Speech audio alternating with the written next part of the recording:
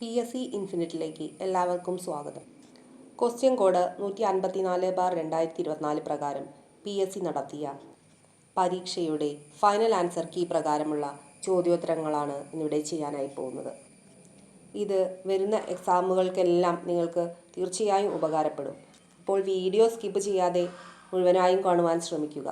ചോദ്യങ്ങളിലേക്ക് കടക്കാം. ഒന്നാമത്തെ ചോദ്യം: വേലുത്തമ്പി ദളവയുമായി ബന്ധപ്പെട്ട പ്രസ്താവനയിൽ ശരിയായത് ഏതാണ്? വേലുത്തമ്പി ദളവയുമായി ബന്ധപ്പെട്ട പ്രസ്താവനയിൽ ശരിയായത് ഏതാണ്? 1. തിരുവിതാംകൂറിലെ ദളവ എന്നറിയപ്പെടുന്നു. ഇത് ശരിയാണ്.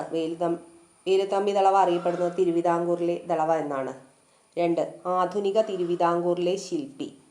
ഇത് തെറ്റാണ്. ആധുനിക തിരുവിതാംകൂറിൻ്റെ ശില്പി എന്നറിയപ്പെടുന്നത് മാർത്താണ്ഡവർമ്മയാണ്. മാർത്താണ്ഡവർമ്മയാണ് ആധുനിക തിരുവിതാംകൂറിലെ ശില്പി എന്നറിയപ്പെടുന്നത്. 3. കുണ്ടറ വിളംബരം. കുണ്ടറ വിളംബരം നടത്തിയത് വേലുത്തമ്പി ദളവയാണ്. അപ്പോൾ എന്നാണ് കുണ്ടറ വിളംബരം നടന്നത്? 1809 ജനുവരി 11-നാണ്. അപ്പോൾ ശരി ഉത്തരം ഓപ്ഷൻ എ 1ഉം 3ഉം. രണ്ടാമത്തെ ചോദ്യം: 1857 കലാപവുമായി ബന്ധപ്പെട്ട ശരിയായ ജോഡി തിരഞ്ഞെടുക്കുക. 1. 1857 കലാപം ആരംഭിച്ചത് മീററ്റിലാണ്. 1857 കലാപം ആരംഭിച്ചത്. ഇത് ശരിയാണ്. 2. 1857 കലാപത്തെ ഒന്നാം സ്വാതന്ത്ര്യ സമരം എന്ന് വിളിക്കുന്നു. ഇതും ശരിയാണ്. 1857 കലാപത്തെ ഒന്നാം സ്വാതന്ത്ര്യ സമരം എന്ന് വിളിക്കുന്നുണ്ട്. 3. 1857 കലാപത്തിൽ ശിപായിമാർ പങ്കെടുത്തിരുന്നില്ല. ഇത് തെറ്റാണ്. ശിപായിമാരായി പങ്കെടുത്തിട്ടുണ്ട്. പ്രധാനമായും ശിപായിമാർ പങ്കെടുത്തിട്ടുണ്ട്. അപ്പോൾ ശരിയുത്തരം വരുന്നത് ഓപ്ഷൻ എ, ഓപ്ഷൻ ബി 1ഉം 2ഉം. ഉത്തരം ഓപ്ഷൻ ബി 1ഉം 2ഉം. മൂന്നാമത്തെ ചോദ്യം: ഐക്യരാഷ്ട്ര സംഘടനയുടെ പ്രധാന ഘടകങ്ങളിൽ ഉൾപ്പെടാത്തത് ഏതാണ്? 1. General assembly. 2. INA. ഇത് തെറ്റാണ്. 3. Security council. ഇത് ശരിയാണ്. അപ്പോൾ ഐക്യരാഷ്ട്ര സഭയുടെ പ്രധാന ഘടകങ്ങളിൽ ഉൾപ്പെടുന്നതാണ് ജനറൽ അസംബ്ലി, സെക്യൂരിറ്റി കൗൺസിൽ. അപ്പോൾ ഉത്തരം ഓപ്ഷൻ ബി 2. അപ്പോൾ ഐക്യരാഷ്ട്ര സംഘടനയുടെ പ്രധാന ഘടകങ്ങൾ ഏതൊക്കെയാണ്? 1. General assembly. 2. Security council. 3. Economic and social council. 4. Trusteeship council. അന്താരാഷ്ട്ര നീതിന്യായ കോടതി, സെക്രട്ടേറിയറ്റ്. ഇവയെല്ലാം ഐക്യരാഷ്ട്ര സംഘടനയുടെ പ്രധാന ഘടകങ്ങളാണ്. ഒന്നുകൂടെ പറയാം: പൊതുസഭ, സുരക്ഷാ സമിതി, economic and social council, trusteeship council, അന്താരാഷ്ട്ര നീതിന്യായ കോടതി, സെക്രട്ടേറിയറ്റ്. നാലാമത്തെ ചോദ്യം: ചൈനീസ് വിപ്ലവവുമായി ബന്ധപ്പെട്ട ശരിയായ ജോഡി തിരഞ്ഞെടുക്കുക. 1. സൻ യാത് സെൻ കുമിങ്താങ്. ഇത് ശരിയാണ്. സൻ യാത് സെൻ രൂപീകരിച്ച പാർട്ടിയാണ് Kuomintang party. 2. Mao Zedong long march നടത്തിയത് ആരാണ്? മാവോ സേതുങ് ആണ്. 3. Mussolini red shirts. ഇത് തെറ്റാണ്. മുസോളിനിയുമായി ബന്ധപ്പെട്ടത് ബ്ലാക്ക് ഷർട്ട്സ് ആണ്. അപ്പോൾ ശരി ഉത്തരമായി വരുന്നത് ഓപ്ഷൻ ബി 1ഉം 2ഉം.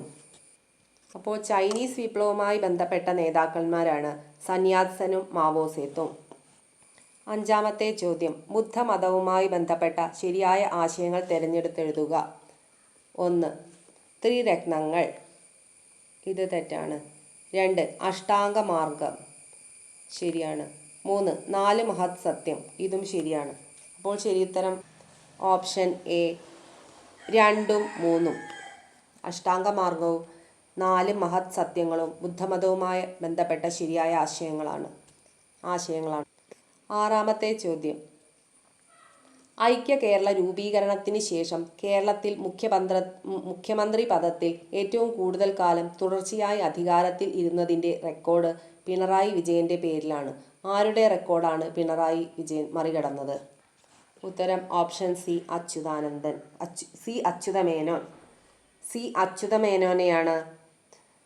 അച്യുതമേനോൻ്റെ റെക്കോർഡാണ് പിണറായി വിജയൻ മറികടന്നത്.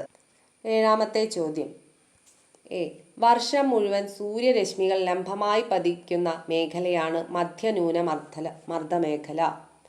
വർഷം മുഴുവൻ സൂര്യരശ്മികൾ ലംബമായി പതിക്കുന്ന മേഖലയാണ് മധ്യന്യൂനമർദ്ദമേഖല. ഇത് ശരിയാണ്. ബി. സൂര്യൻ്റെ ചൂടേറ്റ് വായു വികസിക്കുകയും വൻതോതിൽ ഉയരുകയും ചെയ്യുന്നതാണ് മധ്യരേഖയിൽ ന്യൂനമർദ്ദം അനുഭവപ്പെടാൻ കാരണം. ഇതും ശരിയാണ്. സൂര്യൻ്റെ ചൂടേറ്റ് വായു വികസിക്കുകയും വൻതോതിൽ ഉയരുകയും ചെയ്യുന്നതാണ് മധ്യരേഖയിൽ ന്യൂനമർദ്ദം അനുഭവപ്പെടാൻ കാരണം. അപ്പോൾ ശരിയുത്തരം ഓപ്ഷൻ ഡി, 2 പ്രസ്താവനകളും ശരി. ഓപ്ഷൻ ഡി 2 പ്രസ്താവനകളും ശരിയാണ്. 8ാമത്തെ ചോദ്യം. കേരള കാർഷിക സർവകലാശാലയുടെ കീഴിൽ കൈതച്ചക്ക ഗവേഷണ കേന്ദ്രം പ്രവർത്തിക്കുന്നത് എവിടെയാണ്? കേരള കാർഷിക സർവകലാശാലയുടെ കീഴിൽ കൈതച്ചക്ക ഗവേഷണ കേന്ദ്രം പ്രവർത്തിക്കുന്നത് എവിടെയാണ്? വാഴക്കുളം. ഉത്തരം ഓപ്ഷൻ എ, വാഴക്കുളം. 9ാമത്തെ ചോദ്യം. കാൽസ്യം കാർബണേറ്റ്, മഗ്നീഷ്യം, പൊട്ടാഷ് എന്നിവയുടെ സാന്നിധ്യമുള്ളതും ഫോസ്ഫറസിൻ്റെ സാന്നിധ്യം കുറവും ആണ്. വേനൽക്കാലത്ത് വിണ്ട് കീറി വിള്ളലുണ്ടാകുന്നു. പ്രസ്താവനകൾക്ക് യോജിക്കുന്ന മണ്ണിനം ഏതാണ്? കാൽസ്യം കാർബണേറ്റ്, മഗ്നീഷ്യം, പൊട്ടാഷ് എന്നിവയുടെ സാന്നിധ്യമുള്ളതും ഫോസ്ഫറസിൻ്റെ സാന്നിധ്യം കുറവുമാണ്. വേനൽക്കാലത്ത് വിണ്ട് കീറി വിള്ളലുണ്ടാക്കുന്നു. ഇതേത് മണ്ണാണ്? കറുത്ത മണ്ണ്. ഉത്തരം ഓപ്ഷൻ സി, കറുത്ത മണ്ണ്. 10ാമത്തെ ചോദ്യം. കെയ്ബുൾ ലംജാവോ ദേശീയോദ്യാനം സ്ഥിതി ചെയ്യുന്ന സംസ്ഥാനം ഏതാണ്? കെയ്ബുൾ ലംജാവോ ദേശീയോദ്യാനം സ്ഥിതി ചെയ്യുന്നത് എവിടെയാണ്? മണിപ്പൂർ. ഉത്തരം ഓപ്ഷൻ ബി, മണിപ്പൂർ. മണിപ്പൂരിലാണ് കെയ്ബുൾ ലംജാവോ ദേശീയോദ്യാനം സ്ഥിതി ചെയ്യുന്നത്. 11ാമത്തെ ചോദ്യം. ഉത്തര മഹാസമതലത്തിനും പഞ്ചാബിനും ശൈത്യകാല വിളകൾക്ക് പ്രയോജനകരമായ ശൈത്യകാല മഴ ലഭിക്കുന്നതിന് കാരണമായ പ്രതിഭാസം ഏതാണ്?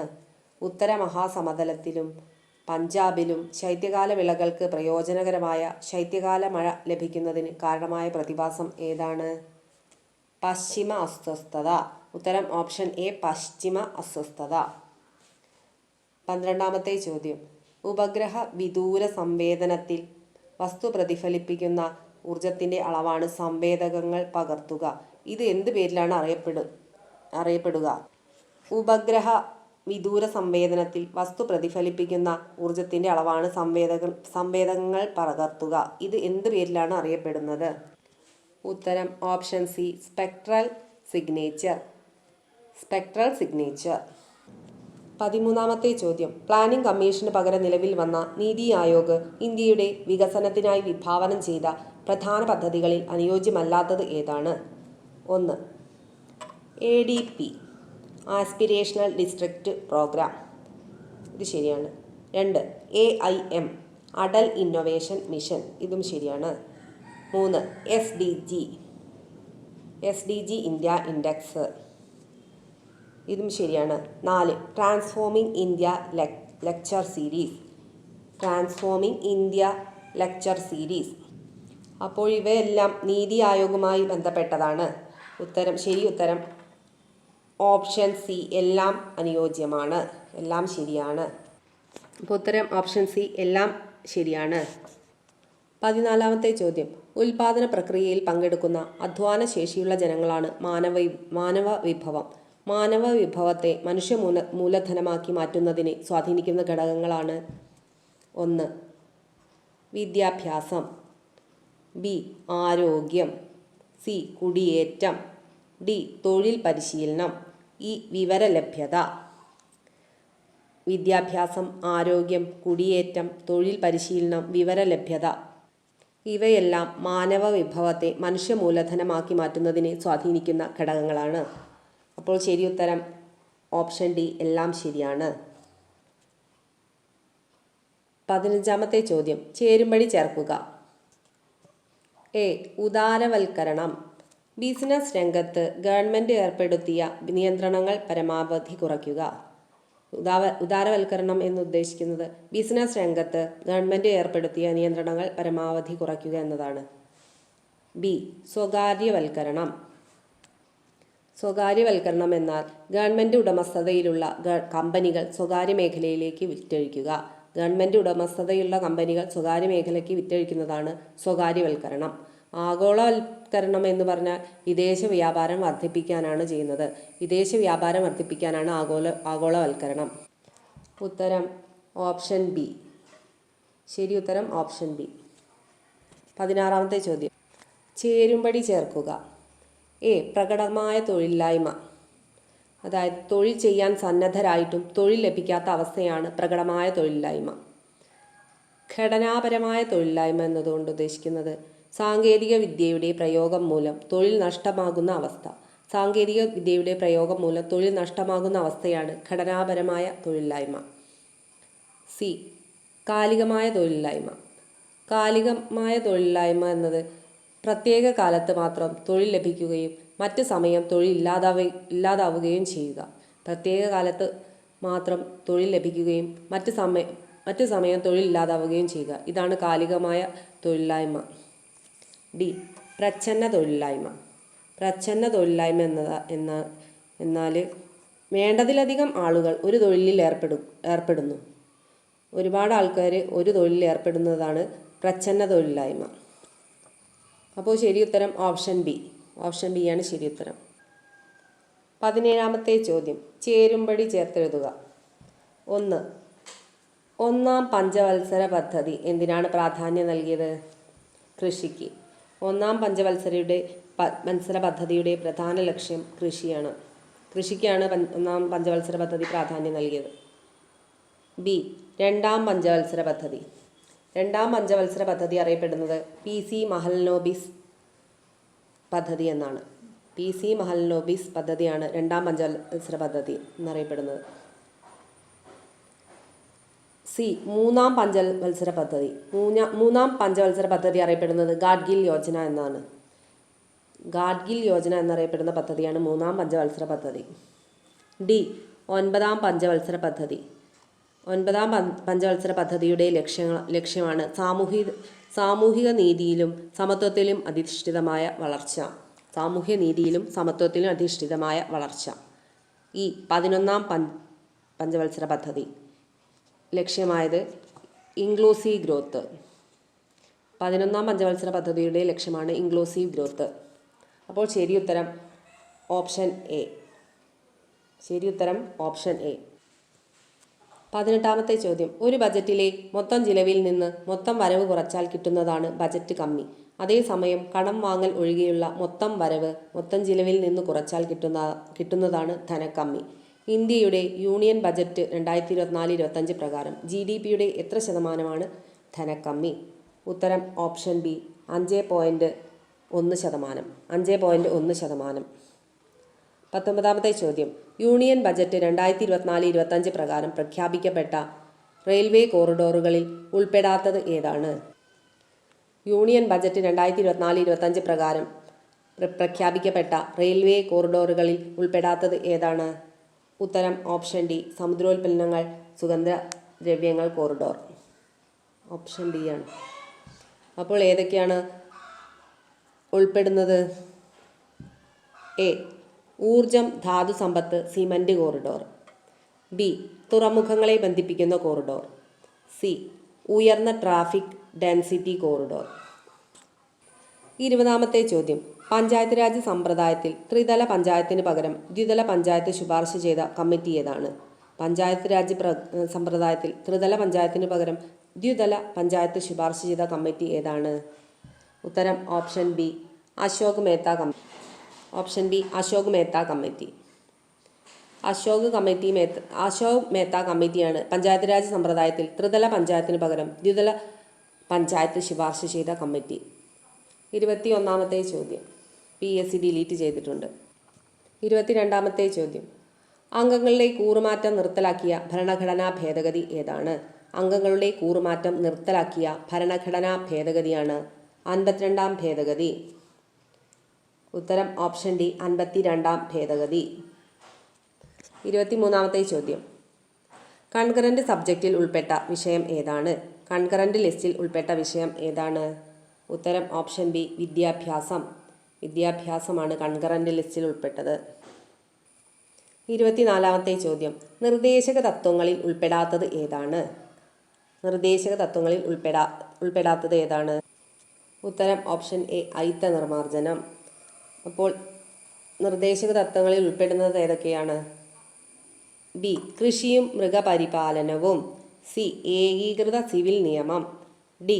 വ്യവസായ മാനേജ്മെന്റിൽ തൊഴിലാളികളുടെ പങ്കാളിത്തം. ഇവ മൂന്നും നിർദ്ദേശക തത്വങ്ങളിൽ ഉൾപ്പെടുന്നതാണ്. 25-ാമത്തെ ചോദ്യം. 2024 ജൂലൈ 1 നിലവിൽ വന്ന ഭാരതീയ ന്യായ സംഹിത പാർലമെന്റിൽ അവതരിപ്പിച്ചത് എത്രാമത്തെ ബില്ലായിരുന്നു? 2024 ജൂലൈ 1 നിലവിൽ വന്ന ഭാരതീയ ന്യായ സംഹിത പാർലമെന്റിൽ അവതരിപ്പിച്ച എത്രാമത്തെ ബില്ലായിരുന്നു? ഉത്തരം option C, bill number 173/2023. Bill number 173/2023. അപ്പോൾ ഭാരതീയ ന്യായ സംഹിത പാർലമെന്റിൽ എന്നാണ് അവതരിപ്പിച്ചത്? നിലവിൽ വന്നത് എന്നാണ്? ഭാരതീയ ന്യായ സംഹിത നിലവിൽ വന്നത് 2024 ജൂലൈ 1 2024 ജൂലൈ 1 ഭാരതീയ ന്യായ സംഹിത നിലവിൽ വന്നത്. 26-ാമത്തെ ചോദ്യം. ഇന്ത്യയുടെ സാംസ്കാരിക മന്ത്രാലയം ലോക പൈതൃക സമിതി യോഗത്തിന് സമർപ്പിച്ച പ്രോജക്റ്റായ പാരിയുടെ പൂർണ്ണരൂപം എന്താണ്? ഇന്ത്യയുടെ സാംസ്കാരിക മന്ത്രാലയം ലോക പൈതൃക സമിതി യോഗത്തിന് സമർപ്പിച്ച പ്രോജക്റ്റായ പാരിയുടെ പൂർണ്ണരൂപം എന്താണ്? ഉത്തരം option B, public art of India. Public art of India. PARI എന്ന് പറഞ്ഞാൽ പബ്ലിക് ആർട്ട് ഓഫ് ഇന്ത്യ. 27-ാമത്തെ ചോദ്യം. സംസ്ഥാന നിയമസഭകളുമായി ബന്ധപ്പെട്ട ശരിയായ പ്രസ്താവന ഏതാണ്? 1. ചില സംസ്ഥാന നിയമസഭകൾക്ക് 2 സഭകളുണ്ട്. ഇത് ശരിയാണ്. 2. അപ്പർ ഹൗസ് എന്നറിയപ്പെടുന്നത് ലെജിസ്ലേറ്റീവ് കൗൺസിലാണ്. ഇത് ശരിയാണ്. അപ്പർ ഹൗസ് എന്നറിയപ്പെടുന്നത് ലെജിസ്ലേറ്റീവ് കൗൺസിലാണ്. 3. മധ്യപ്രദേശ്, തമിഴ്നാട് എന്നിവയ്ക്ക് 2 സഭകളുണ്ട്. ഇത് തെറ്റാണ്. അപ്പോൾ ശരി ഉത്തരം ഓപ്ഷൻ ബി 1ഉം 2ഉം. ഓപ്ഷൻ ബി 1ഉം 2ഉം. 28-ാമത്തെ ചോദ്യം. ലോക അദാലത്തുമായി ബന്ധപ്പെട്ട ശരിയായ പ്രസ്താവന ഏതാണ്? ലോക അദാലത്തുമായി ബന്ധപ്പെട്ട ശരിയായ പ്രസ്താവനയാണ് 1. ലോക അദാലത്ത് ഒരു നീതിന്യായ സംവിധാനമാണ്. ലോക അദാലത്ത് ഒരു നീതിന്യായ സംവിധാനമാണ്. 2.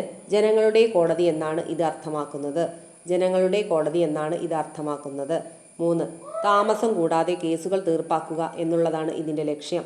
താമസം കൂടാതെ കേസുകൾ തീർപ്പാക്കുക എന്നുള്ളതാണ് ഇതിൻ്റെ ലക്ഷ്യം.